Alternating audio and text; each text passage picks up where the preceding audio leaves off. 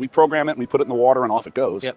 And we have a software system called Mosaic, where every time the craft surfaces, all the data goes up to the cloud, and customers can see initial data inside of 24 hours, Amazing. which is different than other solutions. Yeah. Tell us a bit about yourselves. Yeah, so we're a 5-year-old company, Yep. and we've developed this bespoke AUV. It's a very low logistic AUV, Okay. so you don't need any sort of specialized boat to launch it, and it does a geophysical subsea survey. Okay. We've already done a lot of work with offshore wind. We do surveys of locations before the wind farm is developed, Okay. so that they can see if there's any unexploded ordnance and see what the subsurface of the water is like, subsurface of the seafloor is like, so when you put your monopiles in. Yep. And then we also do the inspections of the runs for the cables. Okay. And what's unique about what we have is that it's a very, as you can see, it's a very small craft. Yes. So we can launch multiple craft at the same time from the same boat. Yep.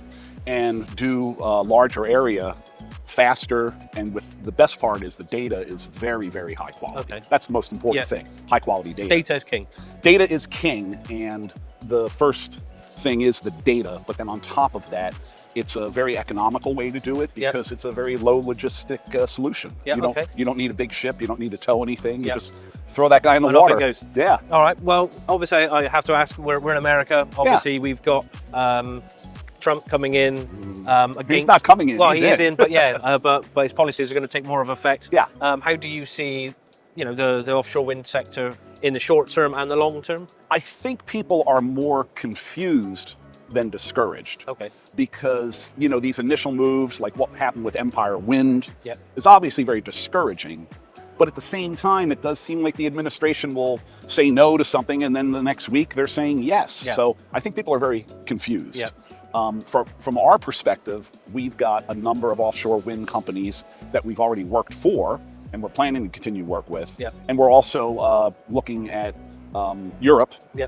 because they're taking it out. In fact, I was just at the Wind Europe show in Copenhagen. Yeah, I was there. Yep. Obviously, Europe is all systems go. Slightly different atmosphere at the show. Slightly different temperature, yes. But domestically, it's an intelligent solution to alternate energy. Yeah. I really believe that. So just on that, your markets, you're not just you're not just focused on the US, Europe to market or the global. We're focused. Well, our intent is to be global. Yep.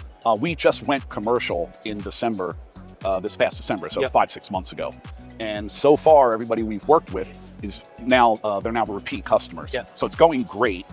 We also do work with the energy industry. So we do pipeline surveys, pipeline crossing inspections, pre-jackup installation inspections, and the pre-jackup installation inspections are very similar to what you have to do to prep for a wind farm. Yep. So it's the same type of work from our perspective. Yep.